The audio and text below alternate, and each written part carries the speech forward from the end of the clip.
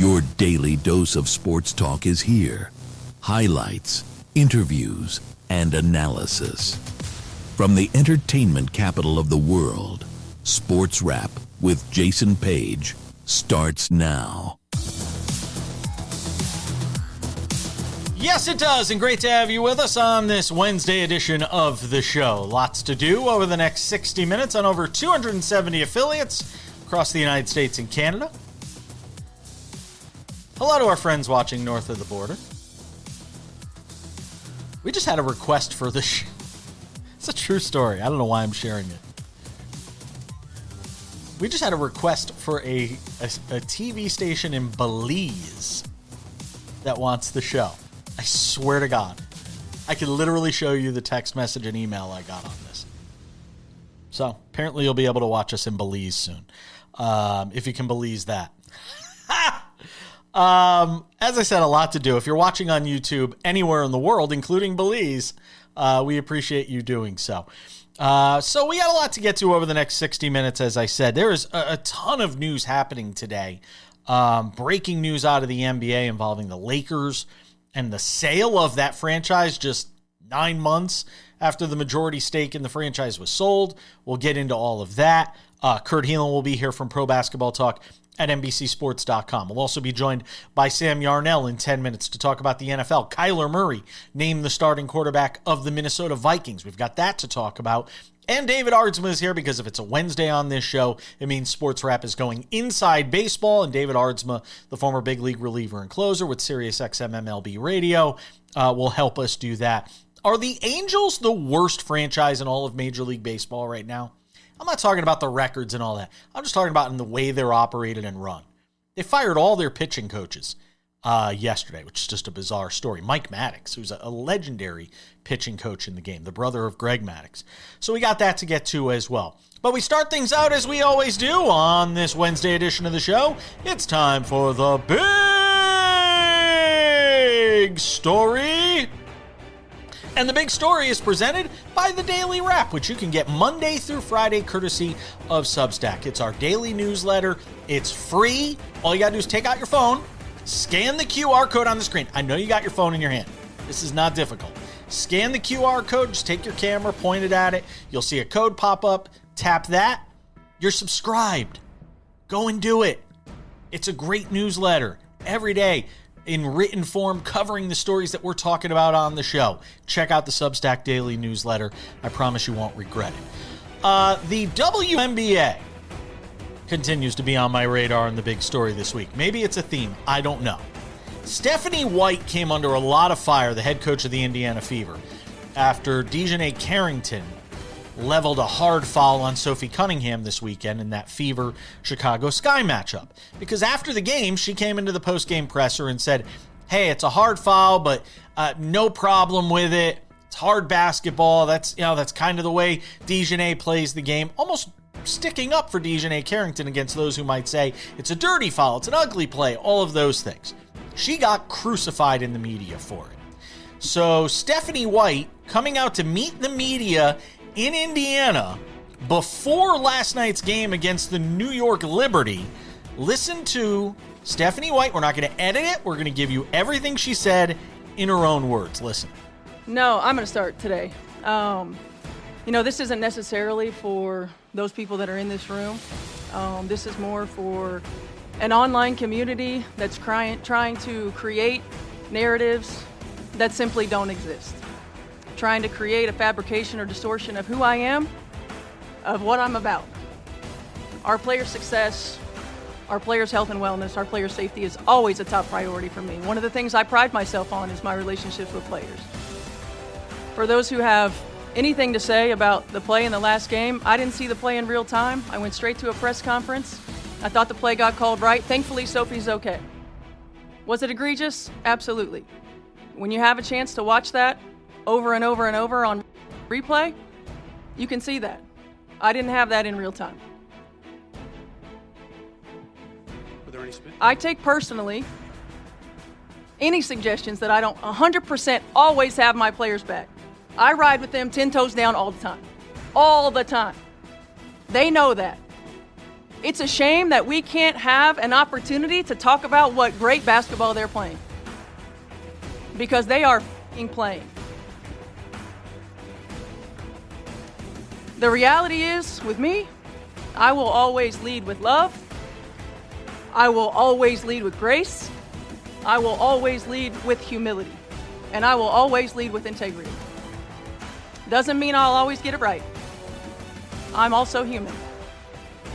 The hate, the fear-mongering, the divisiveness, the stuff that's trying to hijack our league will not win. It won't win. We are united. We are connected. We will not be divided. Every day these women put their on the line. Every day. When they go low, we go high. Love will win. Grace will win. Humility will win. And kindness will win. I stand by them. I will always stand by them. Everybody else can go to hell. Okay. I didn't know part of grace and humility and love was telling everybody to go to hell. That's one. Two, there are literally photos of you looking at the play as it happened. Don't tell me, don't gaslight me and tell me you didn't see what happened in real time. Don't. Because that's utter nonsense coming from Stephanie White. And this is yet again another example of people associated with this league that are not ready for the big time. This is what happens when you go from being a head coach in a league that's got 4 or 5 beat writers covering it to going into coach a game and you've got 15 people covering it, including national sports people. That's what happens. What you just saw is a manifestation of people not being ready. The too fast, too quick growth of this league. And that's nobody's fault. But for her to get up there and make it sound... She's addressing social media trolls. And she got booed, by the way, last night by her home fans for how she's handled this situation. Stephanie White just looks like somebody who's not ready for the big time. That's what it looks like. And you know what? Kudos to Sophie Cunningham and Caitlin Clark. They gave her a hug, after the pregame introductions. Caitlin Clark, she said she was sick watching the way she got booed. I'm telling you, Stephanie White, not ready for the big time. Plain and simple. That's what this looked like. Banging on the table. We're coming back.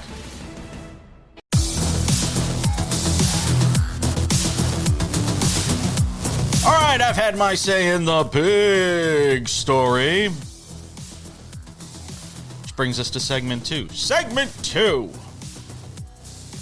Sam Yarnell hanging out with us. NFL news coming down yesterday, right after we put the show to bed, of course.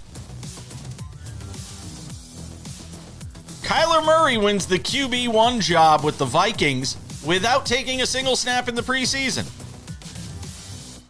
J.J. McCarthy will be the number 2, at least at the start of the season. So I asked this question yesterday in a SportsWrap short, Sam Yarnell. And for those who haven't checked out our YouTube channel, the SportsWrap with Jason Page YouTube channel, the place to find all things video related to this show. We have SportsWrap shorts there. When news breaks, right after we finish putting the TV show to bed, we go on there and talk about it. And that would be Kyler Murray getting the number 1 job. And I asked the question, Sam, and I'll ask it to you. Is this as much an indictment on J.J. McCarthy as it is a compliment for Kyler Murray? That's a tough question. It's an indictment on the Minnesota Vikings organization. I'll put it to you that way. I don't think it's an indictment on either one of these quarterbacks as much as it is an indictment. Like, the Minnesota Vikings organization is so much more of a mess than we ever make it out to be. And credit to the star players who have gone through Minnesota over the years, who have played in obviously Hall of Fame careers there, from Adrian Peterson to Jared Allen all the way to Justin Jefferson and the guys on this team now. But man, the talent can only go so far when masking the just organizational in a certain place, and that's kind of on full display with what's going on in Minnesota right now. My two immediate reactions when I saw this news were this. The first one, quite frankly, I saw online and is a popular reaction among some people. Kyler Murray is going to look so short in those Minnesota Vikings uniforms. He's going to look tiny in that purple uniform. And then the second reaction, they have to trade JJ McCarthy. There's going to be that sunk cost fallacy of we used a first round pick on this guy and we're only really going to get a day 3 pick back probably at this point. Pennies on the dollar. You're going to get pennies on the dollar. Right. So there's going to be a huge sunk cost fallacy there. But if you're Minnesota, you have to do something. You have to do something. It is ridiculous. It is ridiculous how a team can go from they Josh Rosened him, but like not even Josh Rosen because he wasn't even as good as Josh Rosen. It's crazy what has happened with Minnesota. Someone's got to hold their feet to the fire because I know they got rid of Kwesi Adolfo-Mensah, and I know they thought that got rid of a lot of it. But man, as much credit as we give Kevin O'Connell, that organization as a whole is an abject disaster. Well, look, Jason. I mean, the San Francisco 49ers had to do something similar with the Trey Lance pick. You know what I mean? I mean, they had to they went and spent a lot of draft capital to get Trey Lance, and then how did Trey Lance work out? And they just cut bait. I mean, that was it, and that's what the Vikings are going to have to do with J.J. McCarthy. The only thing is the type of way that Kyler Murray plays, you need somebody that can back him up. And if you believe J.J. McCarthy can still play in this league, how willing are you to part ways with a quarterback that you could push in as a starter, who knows the system, who's played for Kevin O'Connell, who's played with these guys, who's been in the huddle, if Kyler Murray gets hurt? I say this all the time. One of the most underrated positions in all of sports is backup quarterback, and having a capable, qualified backup quarterback. So you cannot do your organization a disservice by not having somebody who can come in and start games if Kyler Murray gets hurt. How many guys start all 16 games every year? But the backup quarterback is a very specific archetype, and everything we know about J.J. McCarthy shows you that he is not a backup quarterback. He is a guy who, quite frankly, needs the spotlight to be on him and at the same time needs to not have to do a lot in order to achieve success. That is kind of the perfect medley for J.J. McCarthy. He's not a guy who will just fade into the background like you want that perfect backup quarterback to. He's a guy who's always going to say, no, me and Kyler are still competing for the job. When you're in like week 6 and Kyler Murray has started the first 5 games of the season for the team and is completely healthy and looks like a freaking, top 15 quarterback in the league. Like that's the thing about J.J. McCarthy. Everything that we have learned about him, whether it was during his time at Michigan or during his short-lived tenure in the NFL, he's not a backup quarterback. He doesn't have what it takes to be a backup quarterback. The question I still ask, and I brought this up yesterday in the short as well, is how do you not at least have them both out there with the ones in preseason games to put them side by side? Because then it tells me this decision was made in March when they went and got Kyler Murray. That there really was. If I have one gripe as J.J. McCarthy, and I know you could say, well, he had all this time to start for the team when he wasn't hurt, obviously. But to me, to not have an opportunity to be put side by side with Murray, who I think is better, by the way. I'm just saying, in the sake of fairness, and I know sports isn't always fair and all these things aren't always fair, but I think he still should have had a shot to be at least placed side by side playing with the ones in a preseason game alongside Kyler Murray. I think he lost that opportunity with how bad he looked last year. That's the argument some people will make. The thing is, your resume is always going to be with you in the NFL. It's one of those things. No matter what happens, you can always try to improve it or you can, disprove it. But your resume it's basically attached to your ankle when you're walking around as an NFL player. And the fact of the matter is, Kyler Murray has actually had success in this league. So if I'm the coaching staff and I come in and from all reports that we've seen, Kyler Murray is just making throws and J.J. McCarthy is not making them. Okay, that's all we need to see. If we're going to try to be a competitive organization and a competitive football team and try to keep Justin Jefferson in town, because it's started to feel like over the past couple seasons there's been a lot of smoke around that situation, we got to win games, and we got to figure out what's going to win us games in the quickest manner, especially in a division that a lot of people will argue is the hardest in the NFL. If they were seeing Kyler Murray make the throws in camp, you want to commit to him as early as possible so that entire offense knows this is the guy we're going to rally around, and this is how we're going to win football games this year. First 3 weeks of the season for the Vikings, at home for the Packers, then on the road against the Bears before taking on the Buccaneers in Tampa. Then they get a little bit of a break with the Dolphins in week 4. Then they're on the road for the Saints in week 5,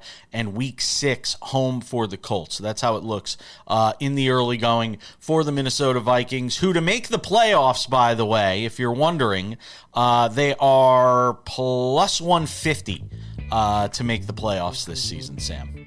Yeah, I wouldn't play them to make the playoffs, but I'll tell you, if you are going to play them to make the playoffs, you need them to win at least one of those first 3 games, and that is why they're going with Kyler Murray, because I don't think J.J. McCarthy gives them a shot in any of those 3 games. Kyler Murray gives them a shot in at least one of those first 3 games that you mentioned. Minus 178 to miss the postseason for the Minnesota Vikings. Sam, we'll see you next week. We're coming back. We got more to do on the show. David Aardsma's here. We're talking baseball on Sports Wrap Inside Baseball next.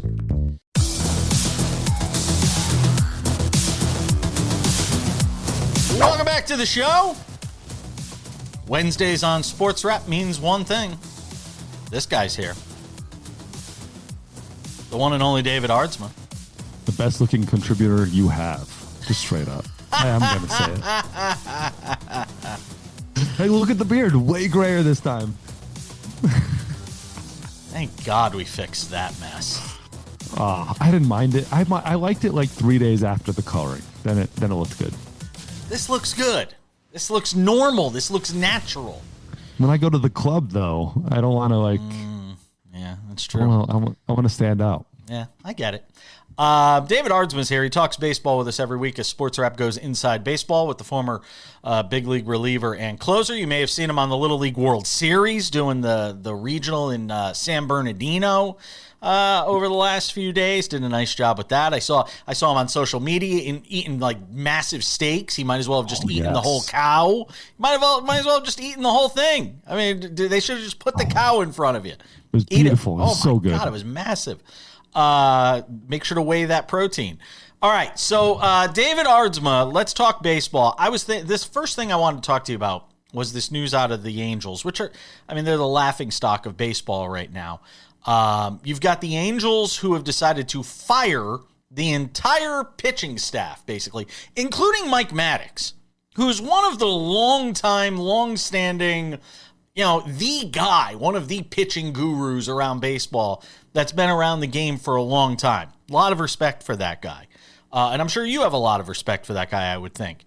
Absolutely. What do you make of the Angels basically blaming the entire pitching staff on their troubles when, frankly, the problems with that organization are much deeper than that? The problems are much deeper. The thing about it is you can't fire the players you can't just go fire all the players. You can't just go magically, snap your fingers and get a whole new pitching staff that's going to be better. But you can get a new pitching coaching staff and at least give it a shot. Mike Maddox is incredible. Has had one of the best runs as a pitching coach in all of baseball. Sometimes you just need a new voice, a new idea. The thing that constantly John Mozeliak is talking about. So I'm just going to say this. I am a massive John Mozeliak fan. I think he did incredible work at St. Louis. I think he was judged upon a standard that wasn't reasonable at some points, where they were still a good team and they were expected to be a World Series contender. So he gets fired. And again, sometimes you just run out of time. You just got to go somewhere. The dude's done nothing but win everywhere, with the Cardinals. And then he goes to the Angels and he's going to have to figure it out.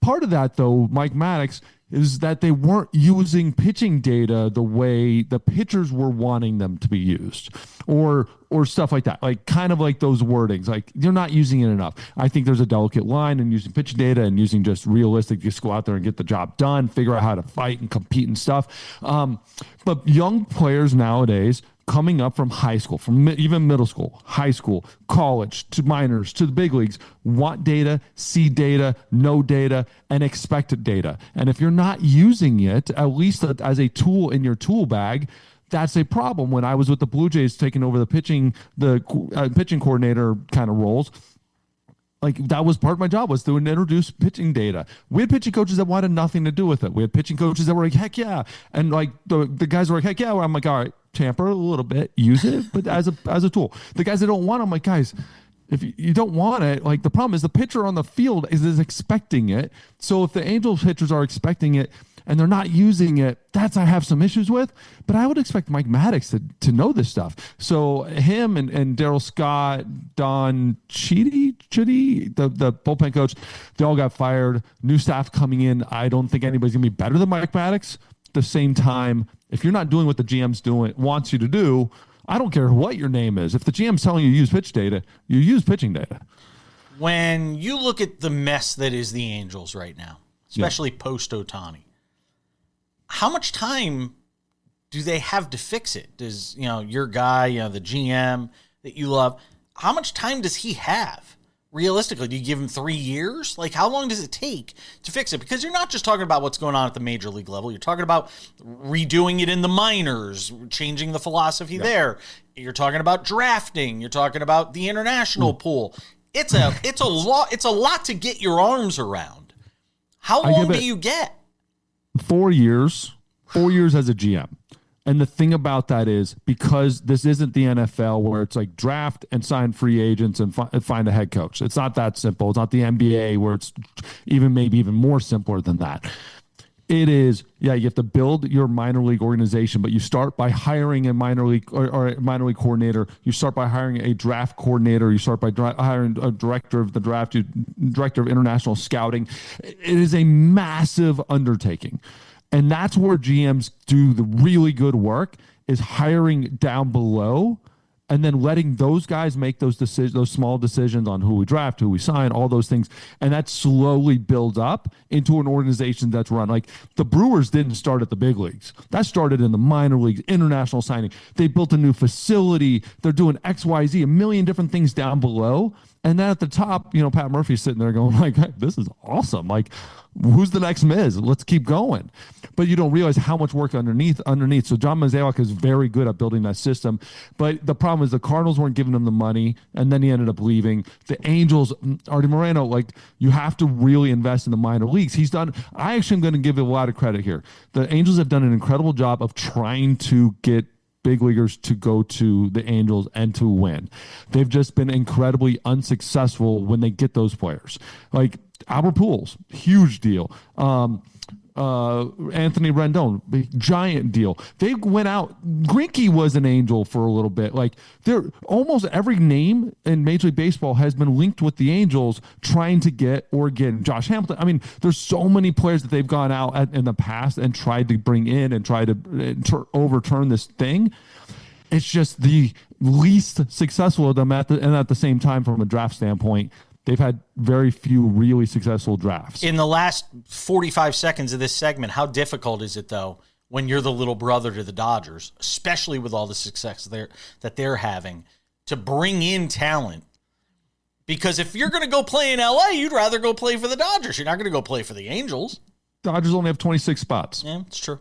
They only have 26 spots. I don't need the Padres can compete. The Diamondbacks can compete, and they're the little brothers. The Angels just have to, one, update that facility there, update their facility here, regrow the minor leagues. It takes time, but you need somebody who's been there, done that.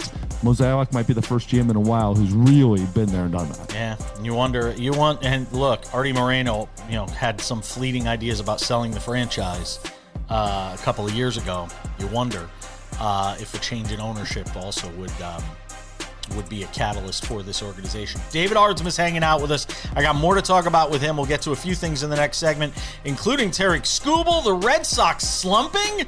We'll get to it all next as SportsWrap goes inside baseball.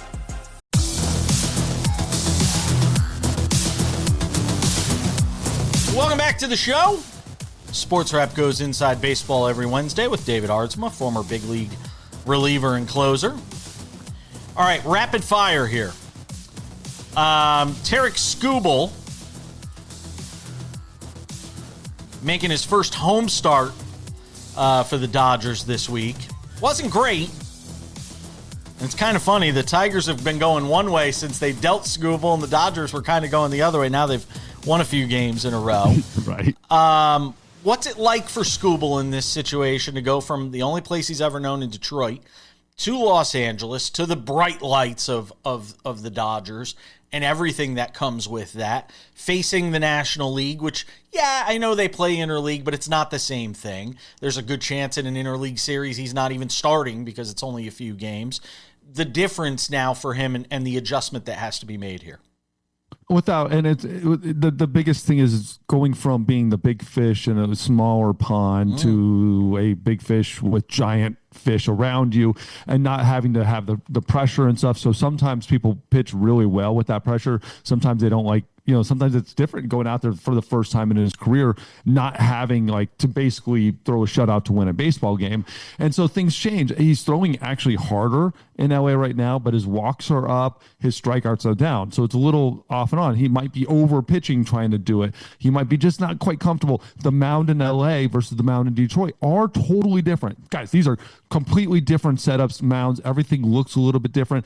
And a very big factor that people never talk about is working with a new catcher for the first time. Working with two new catchers for the first time. And a rookie catcher, like Dalton Rushing, you're trying to figure out this, with who's the catcher, what's the right flow, what do I like to do, new pitching coach, new everything. So a lot of things are new. Let it get flow a little bit. Let them get on their sync. It hasn't been excellent, but really at the same time, the Dodgers haven't been all that excellent. They started playing a little bit better. I'm not worried about the Dodgers. I let them go in the little streak where they're not good for a couple games, not good. But the Dodgers are going to be just fine. Tariq Skubal, I actually think he's looked really good. Maybe overthrown a little bit. All right, move to the Red Sox. They went on a stretch where they were 30-5 over a 35-game stretch. Now they've lost 4 in a row. Regression to the mean, reason to be concerned. They get Rutschman into the lineup. Obviously, not enough for them last night against a Jays team now that's trying to claw their way back into the wild card in this crazy American League wild card picture where really only 3 teams are eliminated from the postseason out of all these teams in the AL. What do you make of what the Red Sox are going through right now, having lost 4 in a row?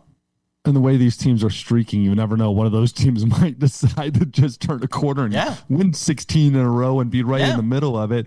I'm not too worried about the Red Sox. It could be a little bit of regression to the mean, but really, it's the offense hasn't been coming up. 3 runs, 1 run, 3 runs, 3 runs. That's the only difference. Where before it's 13, 12, 4, 14, 8. They're just putting up these crooked numbers. And now we're just seeing the offense kind of come back. The pitching actually hasn't been bad at all. I still like the pitching staff, what they've been doing.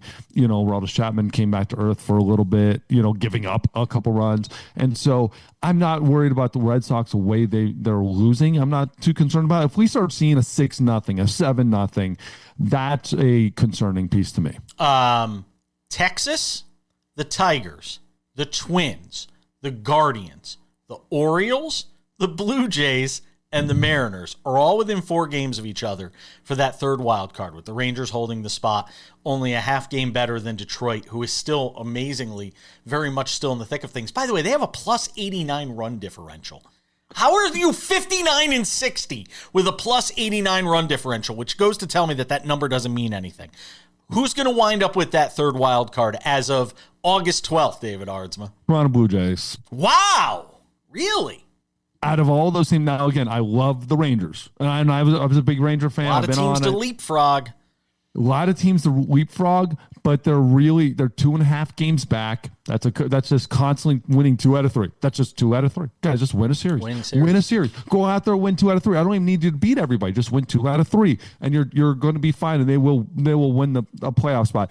That team they've been there. They've done that. They have a ton of talent. Out of every one of these teams, man for man, they're a better team than everybody else.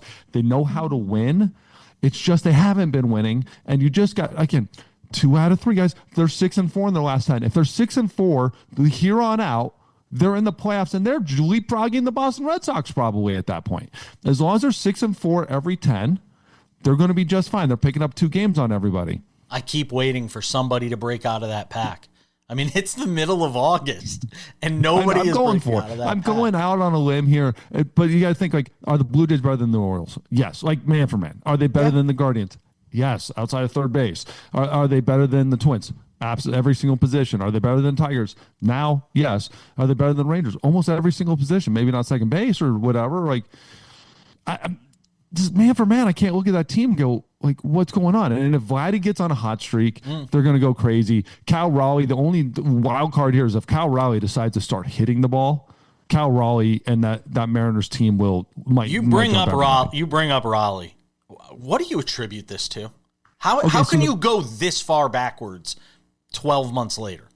You know, the really interesting thing is, I think some people were pointing out online saying during the World Baseball Classic, yeah, didn't get dabs. Like, that's fun. Sometimes you have some vibes like that. I don't anger the baseball gods, but I get it.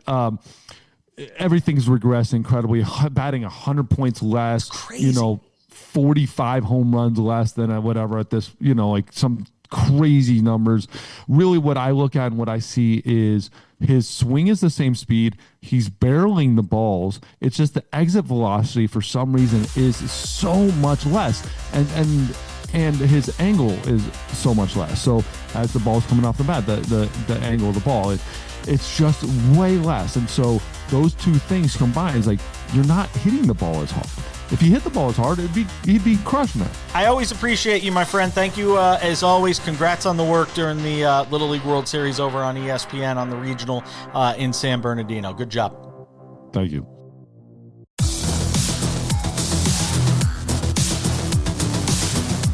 We'll tie it all together with some odds and ends coming up 10 minutes from now. Been a busy show today. Sam Yarnell was here. Talk about the Kyler Murray deal. Not usually here on Wednesdays. David Aardsma is always here to talk baseball on Wednesdays. Always appreciate his contributions. I did not have Kurt Helin on my calendar. The pro behind Pro Basketball Talk at NBCSports.com is joining us. See, we can't see the shirt. And you should be showing off the shirt. There it is. Vancouver Grizzlies, baby. That is awesome. Will Vancouver ever get another NBA franchise, by the way? Highly unlikely if they're putting one in Seattle again. I'm not sure they're going to overlap the markets like that. But It's unfortunate because if you polled older NBA writers about the city they'd most like to get a team back, that might be at the top of the list, man. Big news out of the NBA that I don't know if any of us saw coming. Bob Iger and Joshua Kushner, yes, the younger brother of Jared. They went to Jared. Bob Iger and Joshua Kushner buying the Lakers from Mark Walter for $12 billion with a B dollars after Mark Walter just bought the thing like 9 months ago. He makes $2.5 billion on a 9-month investment in the Lakers. Make this make sense, Kurt Helin. I wish I could. It's such a out of the blue trade because or sale because Walter has owned the Los Angeles Dodgers in the city for years, right? He has not sold that team. He's revamped them, obviously, and they've done pretty well. And he's already, like when he came in, he revamped their adding and building out, we'll put it, like the scouting staff that really wasn't there and the depth of the front office. They've brought in a bunch of people to work with and under Rob Pelinka. So, like, it wasn't like he was static. He was taking this team and building it out like the Dodgers. They blew out the Bus brothers. I mean, Right. They still owned 15% of the team, and Jeannie was officially the governor. Right. But this was Mark Walter's team. To see it flip like that, I don't know. I mean, it is a $2.5 billion profit. So it's like, there's some logic to just flipping it that fast and getting out. Like that's good pocket change if that's good, good work if you can get it. I will add though, his investment companies are under investigation, or his TW Capital, his big company, is under investigation for potential insurance fraud tied to some companies they own. I don't know if those are related. It just seems the timing seems interesting. Yeah, to say the very least. And Iger's a basketball guy. He's a fixture at Clippers games. I'm sure you've seen him there. Yep. Kushner and him coming in. Huh? Kushner owns a piece of the Heat and used to own a piece of the Grizzlies. Like, he's owned pieces of teams before. And these two went together recently and bought a piece of the Giants. But here's the thing. They were thought to be in the mix to buy a franchise in Las Vegas. Yes. The expansion franchise that will ultimately wind up in Las Vegas. Is it just a situation where they say, well, how high could the bidding have gotten in Las Vegas if it gets to a point where they say we're better off just buying the Lakers at this price than buying and starting something from scratch in Las Vegas. Look, the price for buying in, and we'll see what it ultimately ends up being, but you are talking so much, like what is a $4 million buy, $4 million maybe buy-in, like what they're going to have to pay is like the billions they're going to have to pay as an expansion, and like what these teams are all going to make, it's going to get ridiculous. Plus, you're going to have to build out the franchise.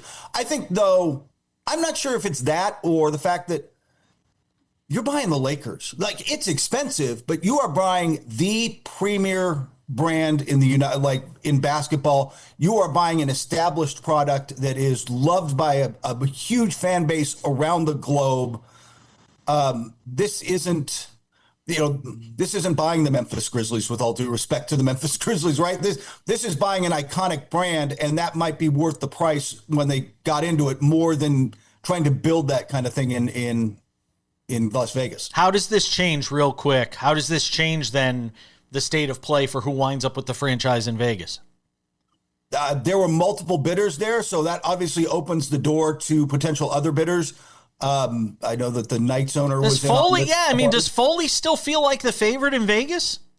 That is the name I hear the most, but they've kind of done this quietly. And unlike you, I don't run in the high finance billionaire circles, so I'm not sure who all these people are. All right, NBA schedule. Our friend Vlad messaged me the other day when the schedule came out. He says to me, I know they're a fixture at noon on Christmas Day, but how are the Knicks not on in primetime on Christmas Day? That's a really good question, because I thought they'd get bumped back, but I think it's an established, they want to play at noon Eastern on Christmas Day as the Knicks, and so that's where they're going.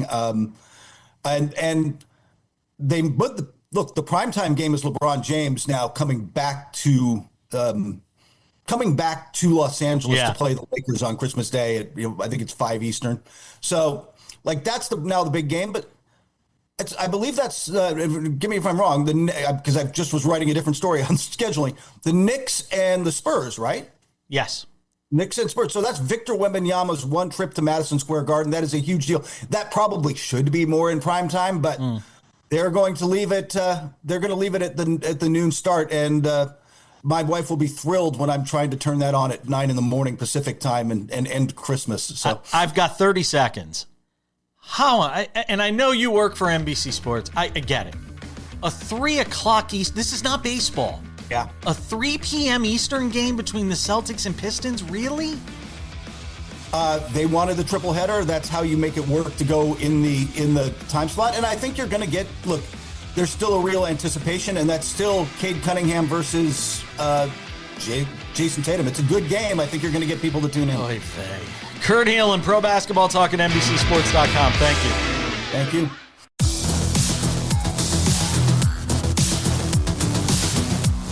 Just about time to put the wraps on this baby for a Wednesday.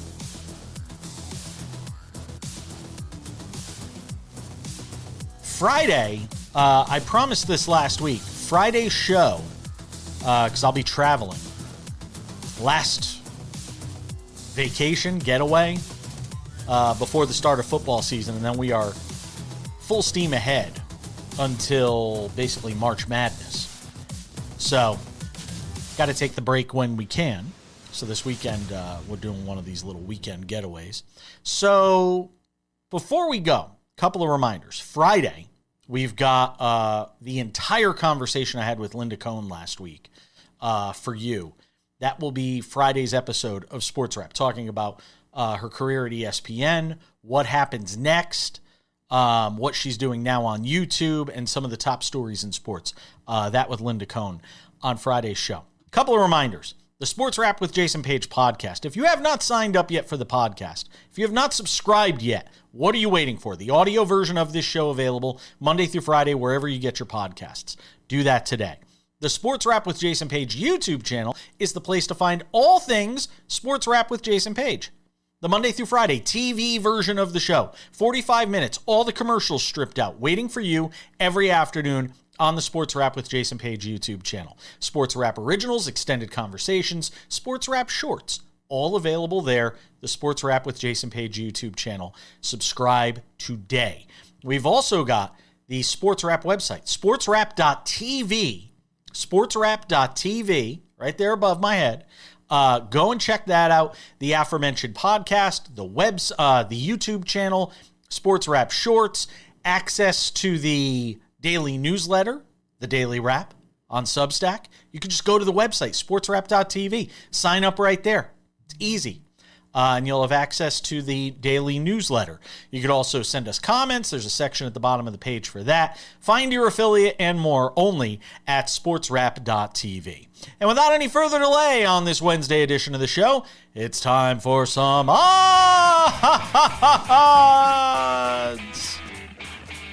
and ends. Odds and ends.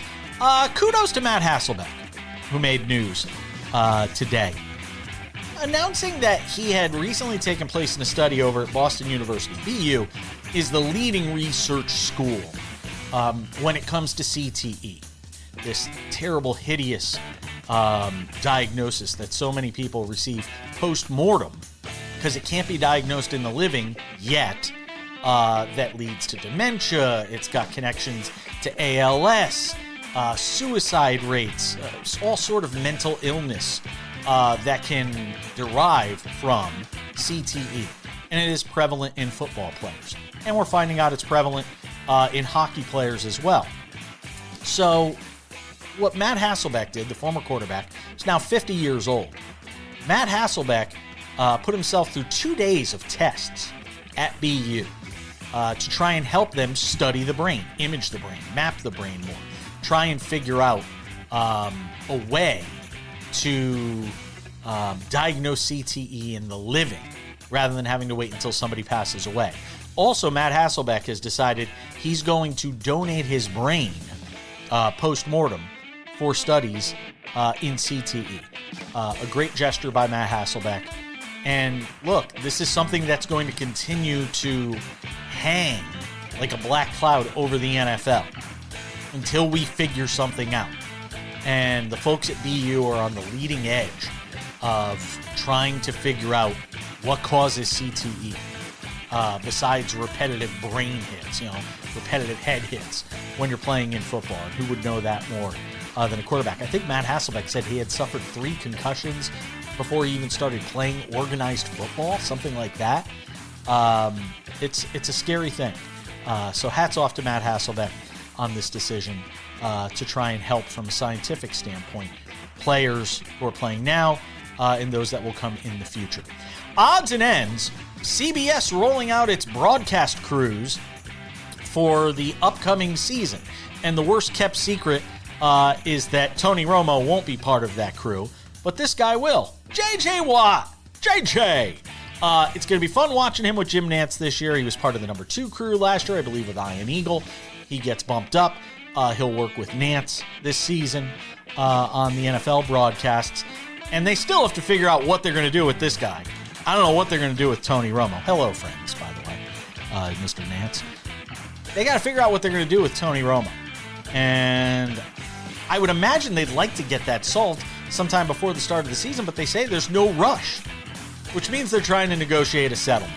How do they both find a graceful exit from this deal, which still has like 4 years and $75 million on it? Something the folks at CBS will have to figure out. Also, deserves to be mentioned, friend of the program, Ross Tucker, elevated to the number 2 crew this year. He'll work with Ian Eagle, who he had worked with previously on Westwood One radio broadcasts, or audio as they call it today, audio broadcasts of the NFL. Hats off to Ross Tucker. Congratulations to him. Well-deserved. He has been around this game for a while. He played it. He's talked about it. He was a host on SiriusXM NFL Radio back in the day. He's filled in for Dan Patrick. He's been going on shows like this one. All the best to Ross Tucker. Congratulations to him. Well-deserved. And that's going to do it for us on this Wednesday edition of Sports Wrap. Busy show. I don't know where it came from, but sometimes they come together that way. Sam Yarnell, thanks to him. David Aardsma, former big league reliever and closer, as Sports Wrap went inside baseball. And on late notice, Kurt Helin of Pro Basketball Talk at NBCSports.com for breaking down the Lakers' sale to Bob Iger and Joshua Kushner. It's going to do it for us. I'm Jason Page. We'll catch you back here on Thursday for an all-new edition of Sports Wrap. Bye-bye.